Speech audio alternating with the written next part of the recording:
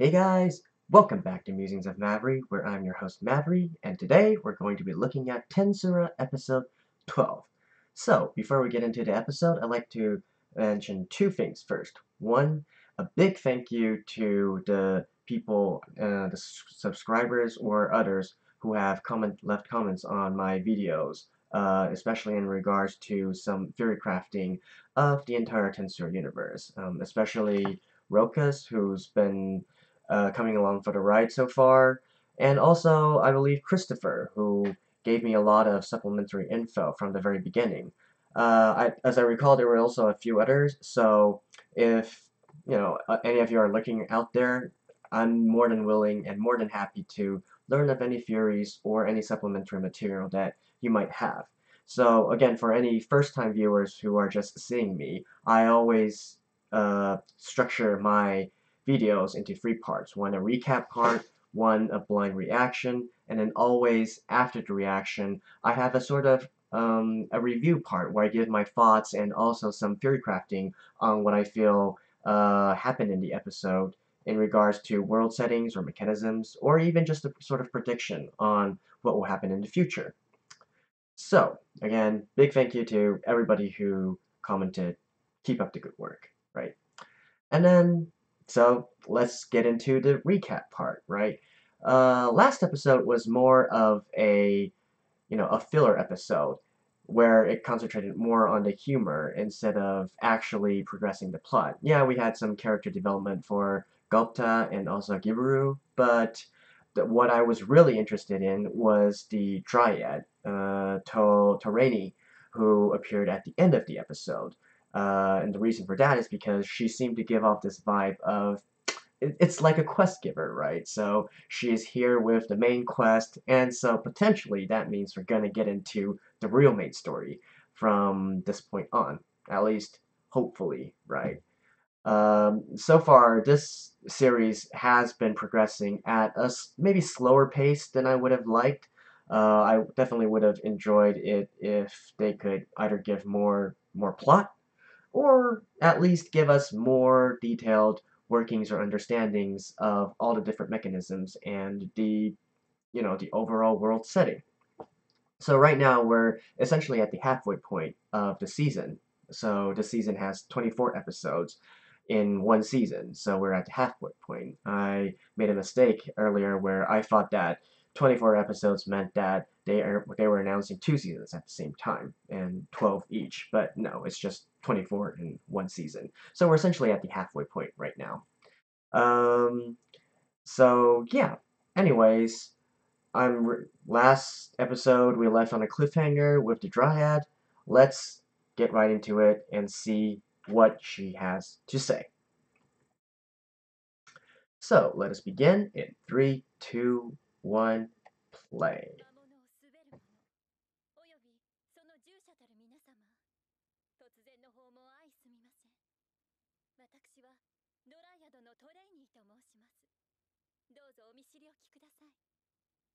リムルテンペスト、魔物を滑る者よ。あなたにオークロードの討伐を依頼したいのです。Okay. So, what she said in the last episode. And now we're at the opening.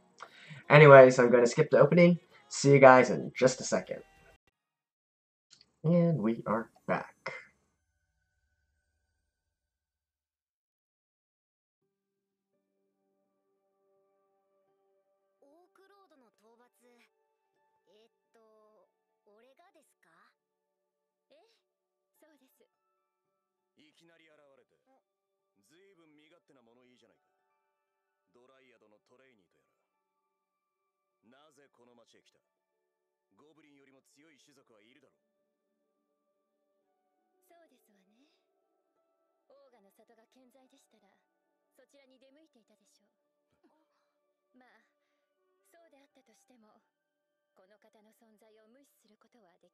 Yeah.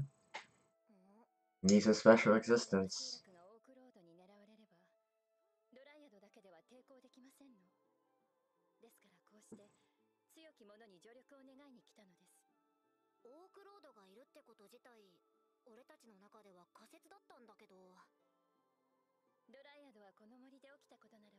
Is that a potato chip? いますよ、オークロード。 Yeah? ドライアド様がお認めに。ならば本当に。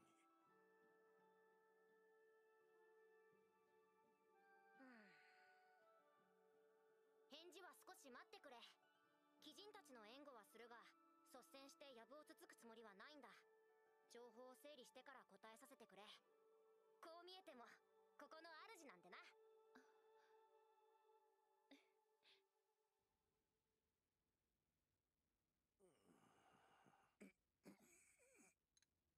Alright, so what now?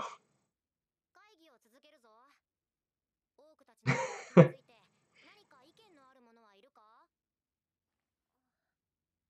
思い当たることが一つあります。Is that like an L reference from Death Note, the way he's sitting? その様子ではやはりなかったのですね。はい。 Or maybe his character just likes to sit that way. 多くのものもただの一つも。何が？死体です。20万もの大軍が食えるだけの食料をどうやって賄っているのか疑問だったが。それってまさかユニークスキル、飢えるもの。 Starved? The star, yeah. Starved. 世に混乱をもたらす最悪の魔物。オークロードが生まれながらにして保有しているスキルで、オークロードの支配下にある全てのものに影響を及ぼし、イナゴのように周囲のものを食べ尽くす。食らった相手の力や能力までも取り込み、自分の糧とするのですわ。 So they just eat everything in their path? That's quite metal. ダッタ様の捕食者と似ていますわね。飢えるものの代償は満たされることのない飢餓感。多くたちは果てしない飢えを満たし、力を得るためだけに進むのですわ。ただそれだけが彼らの王の望みゆえ。 That doesn't seem like a very sustainable way to run a kingdom. Or an army. 僕の狙いはオーガやリザードマンといった森の上位種族を滅ぼすことではなく、その力を奪うことか。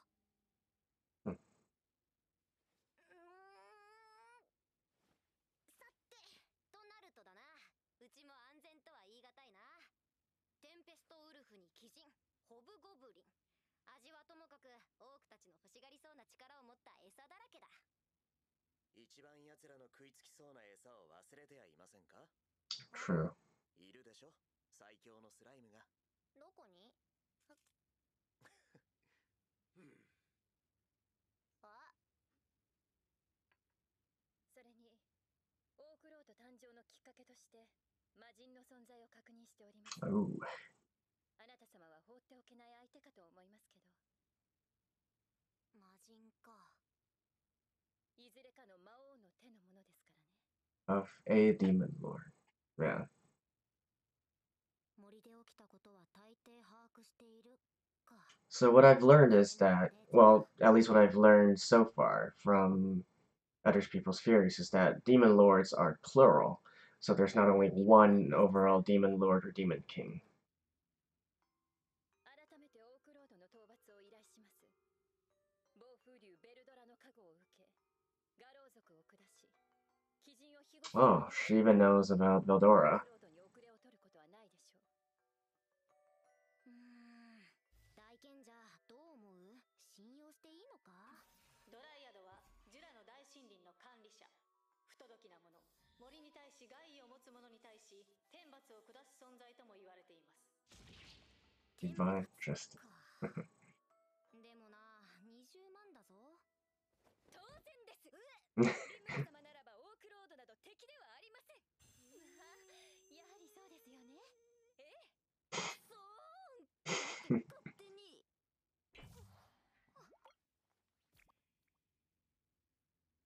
わかったよ。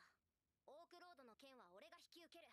みんなもそのつもりでいてくれ。はい、もちろんです。リムル様。どうせ最初からそのつもりだ。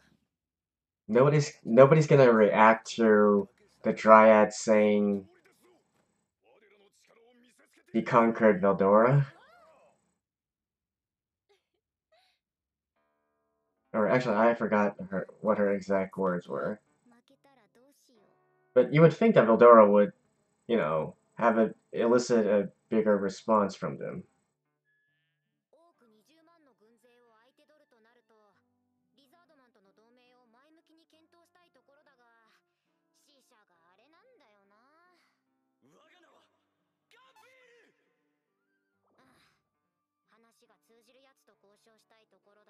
Agreed.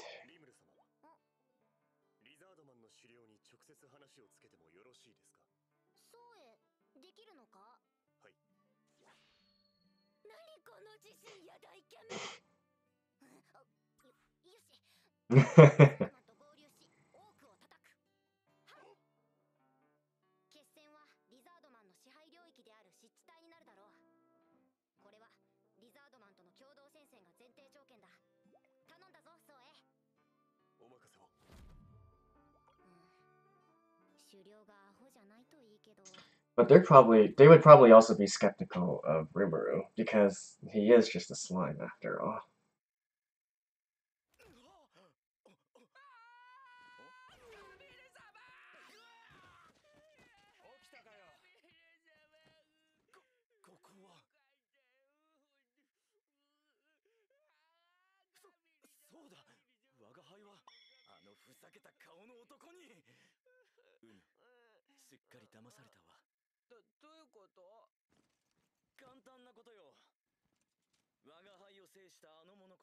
Is the true leader.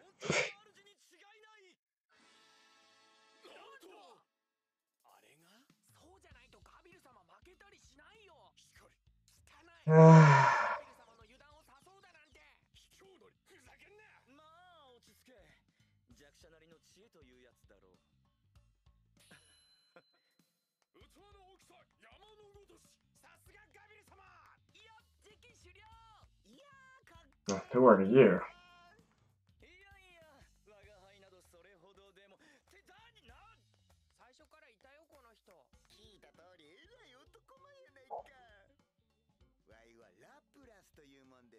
Laplace.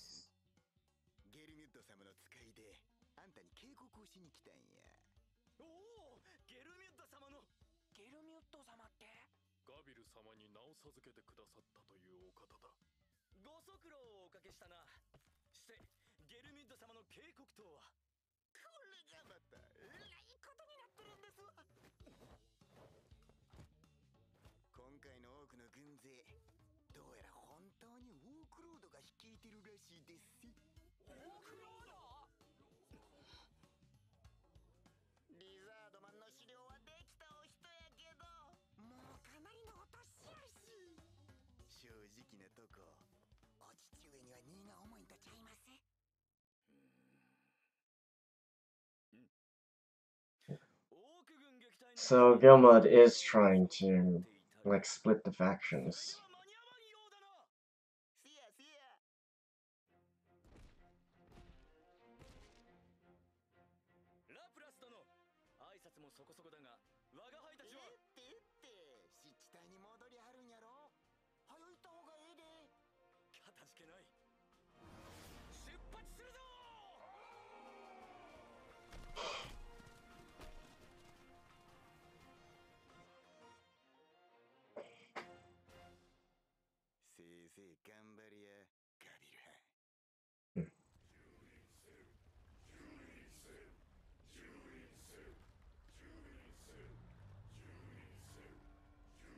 I wonder if they're going to structure Gabiru as sort of like a well-intentioned idiot, right? So he's stupid, but he actually, I don't know, has a sense of justice and honor and whatnot.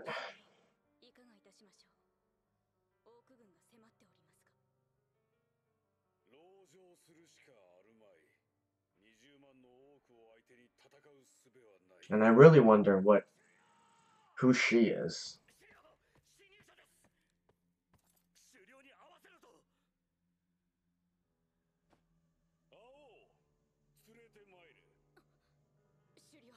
危険では。そなたも感じるか、このオーラ。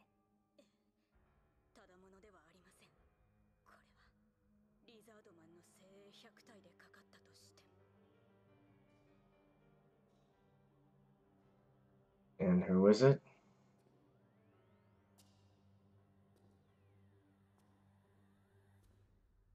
失礼。今取り込んでおりましてな。おもてなしもできませぬ。気遣いは無用だ。Oh, so it is him. 俺は単なる使者。我が主の言葉を伝えに来ただけなのでな。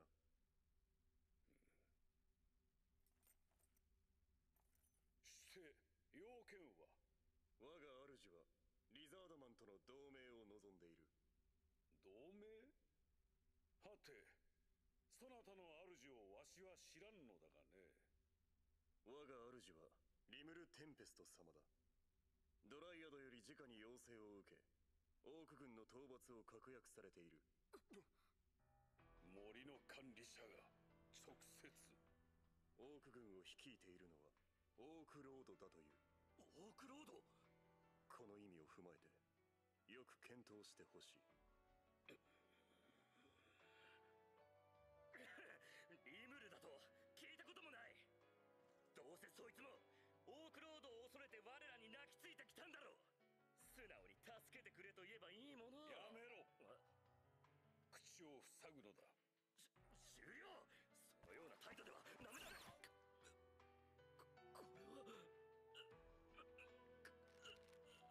待て。同族の非礼を詫びよう。許してやってもらえないかな。これは対等の申し出なのだろう。失礼。脅すつもりはなかったが、主を愚弄されるのは好まれ。よく言う。止めねば迷わず首をはねただろうに。Yeah, sometimes a show of force is necessary. 今は違う。主より宋への名を賜ったおり、鬼人となった。鬼人？オーガの中から稀に生まれるという上位種族。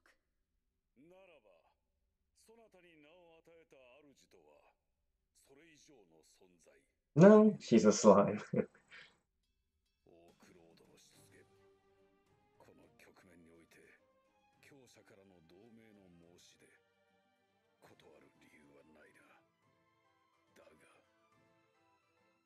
ソウエイとやら、一つ条件がある。聞こう。そなたの主、リムル・テンペストと会いたい。わかった。では、我々は準備を整え、7日後にこちらに合流する。その時、お目通りしていただくとしよう。うん。それまでは、決して先走って戦を仕掛けることのないよう。承知した。では。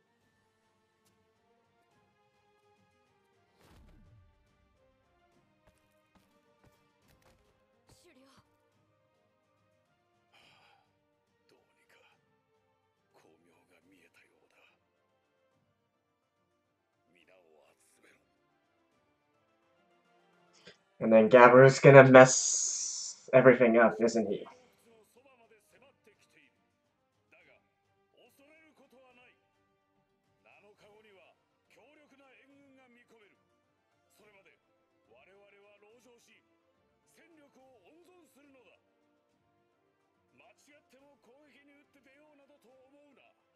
戦死すれば餌になり奴らの力が増すと思え。それがオークロードを相手に戦うということだ。援軍と合流した後、反撃に転じる。その時まで耐えるのだ。誰一人死ぬことは許さん。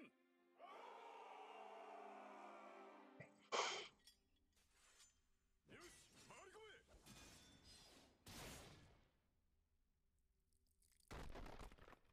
これが本当に多くなのか。まるでオーガとでも戦っている気分だ。ゾッとするな。こんな奴らが20万もいるだなんて。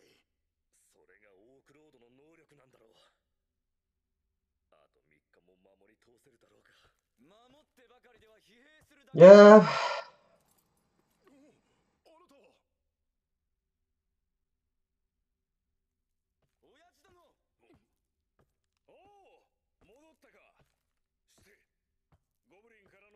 は取り付けることができたのか。はっ。その総数7000匹待機させております。うん。しかし多く相手に籠城とはどういうつもりなのです。とても誇り高きリザードマンの戦い方とは思えませんな。お前がいない間に同盟の申し出があったのだ。その者たちと合流するまでは防衛に徹するのが最善だ。Yep. It's pretty obvious where this is going. 何？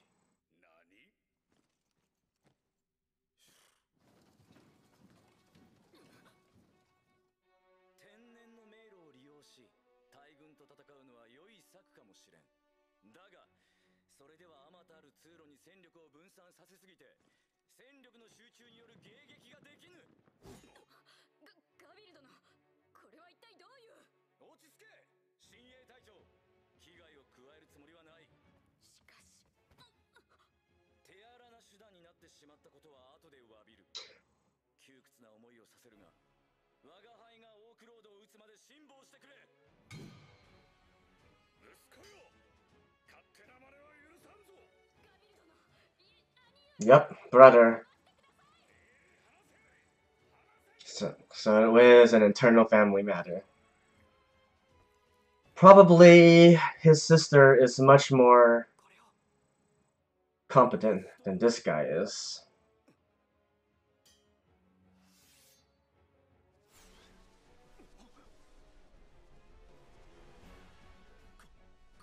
Then again, in order to do this, he must have some sort of good things going for him, right? He at least needs to be respected by a good portion of the Lizardmen. そうか。みんなあんたについていく。頼むぜ、ガビル様。いいとも。我が輩がリザードマンの。 So even if he is an idiot, he must have a lot of redeeming qualities as a leader, right?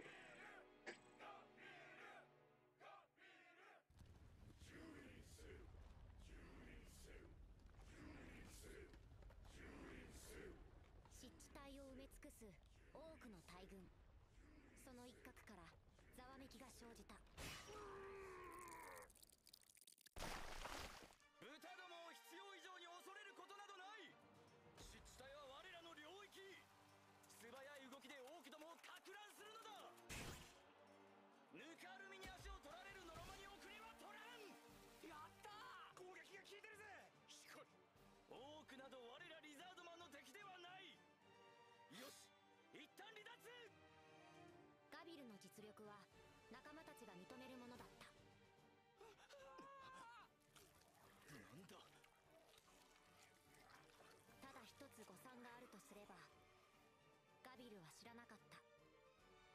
オークロードの恐怖を。多くが多くを食っている。狩猟は知っていた。オークロードの恐怖を。その違いが今、結果となってガビルに牙を抜く。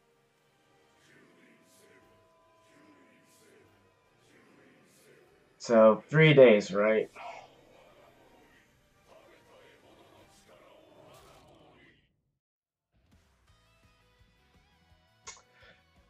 And that is the end. So let me check to see if there's anything at the ending, and I'll see you guys in just a second. So that was episode 12 of Tensura, and we got a lot more information for this one. A lot of things that we can chew on. So let's just jump right into what we've learned so far. So first of all, the Dryad, Terani. So obviously it seems that the Dryads are a big deal in this forest. They are all-knowing. They knew a lot of information about Rimuru. Things that I doubt even his other companions know of, although it's uncertain whether Rimuru told them or not. You know, stuff like how he received the protection of Veldora, right? I would have thought that that would have gotten a bigger response from all of the other companions, but I guess they just chose to leave it at that, right? So, not only that, but also how the Dryad knows about Shizue, right? Shizue, and the fact that Rimuru wants to find the Demon Lord, or a Demon Lord. Not sure which one it is. So they even know of these kinds of things. So that was part of the reason why they were so, or why Torini was so confident that Rimuru would join the fight, because that does serve as one of his goals, right? He wants to find a Demon Lord, actually the Demon Lord that brought Shizu to this world and have a talk with him, right? So it by using this as sort of like a bait, or um, yeah, just as a sort of bait, then she knew that Rimuru would eventually accept. So they seem to wield a lot of power, right? Especially when you talk about a race having something called divine judgment or divine justice, which makes one think, why can't they just use this on the orcs? Or is it more of a matter of them bringing Rimuru itself is a sort of divine justice or divine judgment? Meh, who knows? Um, Other than that, I think the most interesting thing is we finally know of the unique skill of the Orc Lord and why it is that he is to be feared so much, and that is the unique skill Starved, right? Or De-Starved, if we're looking at how it's written in Japanese. So this ability apparently makes it so that it's, I guess if you're using a RPG form or RPG mechanics, it's sort of like an aura effect, an area of it's an AoE, right? So it means that all the, I guess, orcs under your command would automatically have this trait, and which is that they can engage in devouring corpses, or maybe not even corpses, but any living thing, to gain their strengths and abilities, right? So this in itself is a very powerful ability. Uh, no, we'll not get into the the um, the actual workings of how you can actually hold a kingdom when you lead a bunch of soldiers with this skill. It doesn't seem to be very sustainable. But in terms of on the battlefield, this presents a unique problem, right? So it forces you to change the battle tactics you have to use in order to fight orcs that have this kind of ability. So, and we see a little bit of it in the very end when Gabiru was trying to use some guerrilla tactics, some hit-and-run tactics, which, you know, when you're a smaller force and you're trying to engage on a larger force, this makes sense, right? You use hit and run, you try to weaken them one by one. But unfortunately, because of this unique skill, this using this kind of war of attrition does not work, because each orc that you kill just in turn strengthens the other remaining orcs, right? So this is not a tactic that you can employ even though you might be outnumbered. So in order to combat this kind of ability, you have to do either one of three things. One is you need to always you need to kill them all in one swoop, right? You can't make it drag on to lots and lots of different battles. You need to have one battle to completely wipe them out, and that is that. Or at the very least, you have to make it so that they can only retreat, and you can't give them enough time to have respite where they would be able to consume corpses. So you need to keep the pressure on. Essentially, you either kill them all in one battle, like I know some sort of doomsday weapon or something, or you need to keep the pressure up or force them to at least retreat. You can't let them hold ground. You need to make them give up the ground, give up the battlefield, so that they cannot consume corpses and strengthen themselves, right? Um, what this actually means is that in order to fight this kind of enemy, you have to already have a superior force on hand in order to combat it, because even though so it's a funny thing, right? So it's because their numbers are so large that they are strong, but it's also because their numbers are so large that they're not strong at the same time. Once you kill off more of the orcs, then the remaining would get stronger and stronger and stronger. So that presents a pretty unique situation, which definitely defies conventional tactics, right?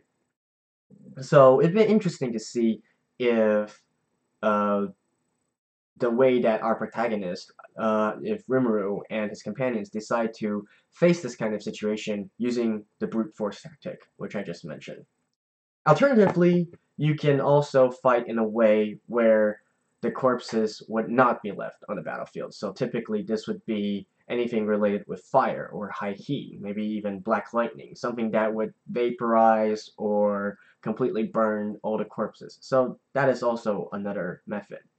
Um, Poison, I guess, would also work, but I generally don't expect any protagonist to use poison, especially poisoning corpses as part of their repertoire.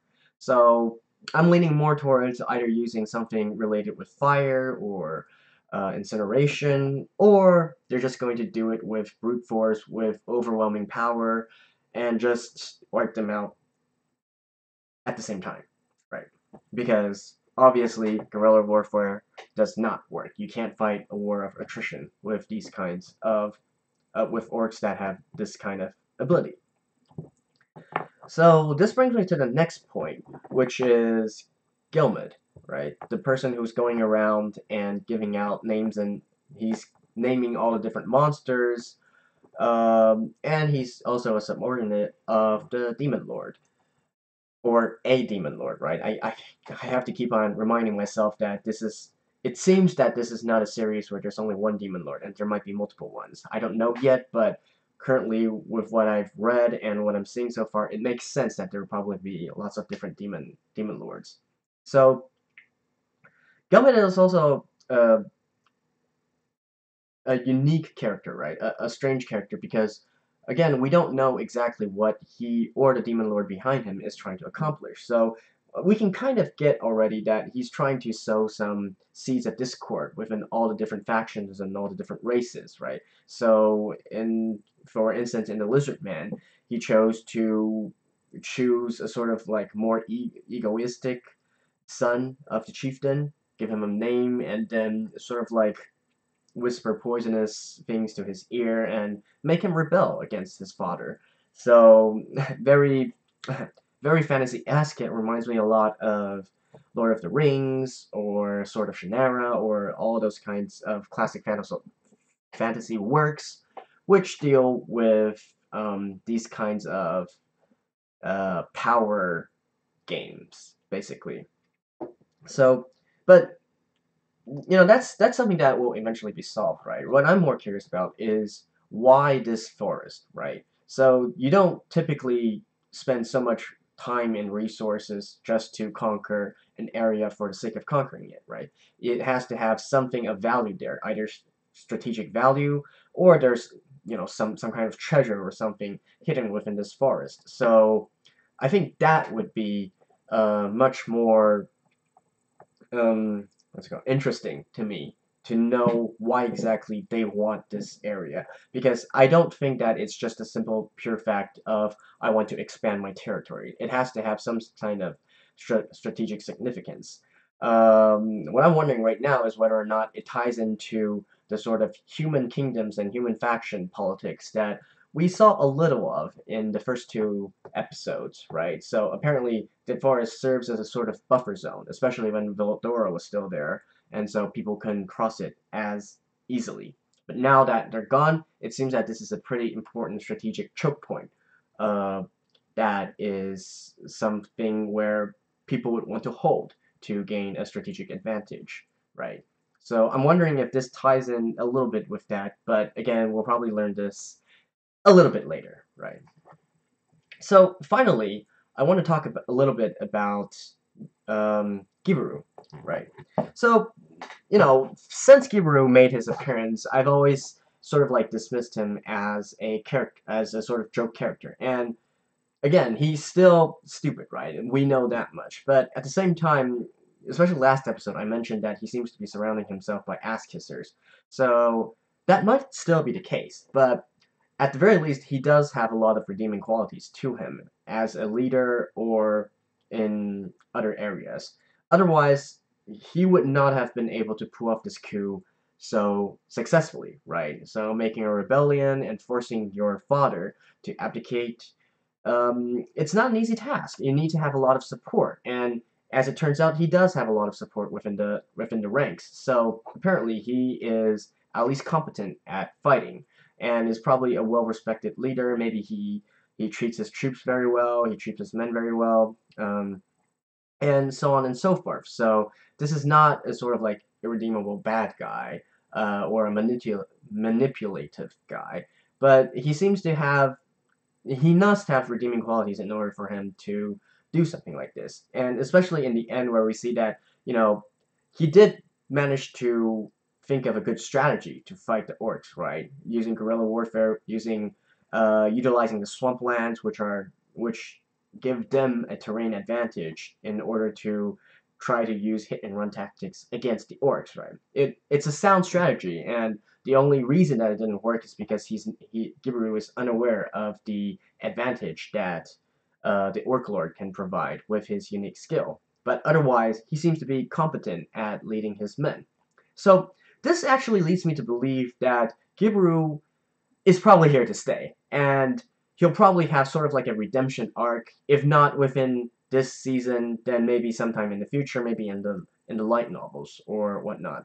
Especially since his father is the chieftain, right, and his sister is the chief of the guards. So again, going back, it seems that yeah, they are related. So the thing is, the fact is out, the truth is out. They're brother and sisters, and they're both um, children of the current chief.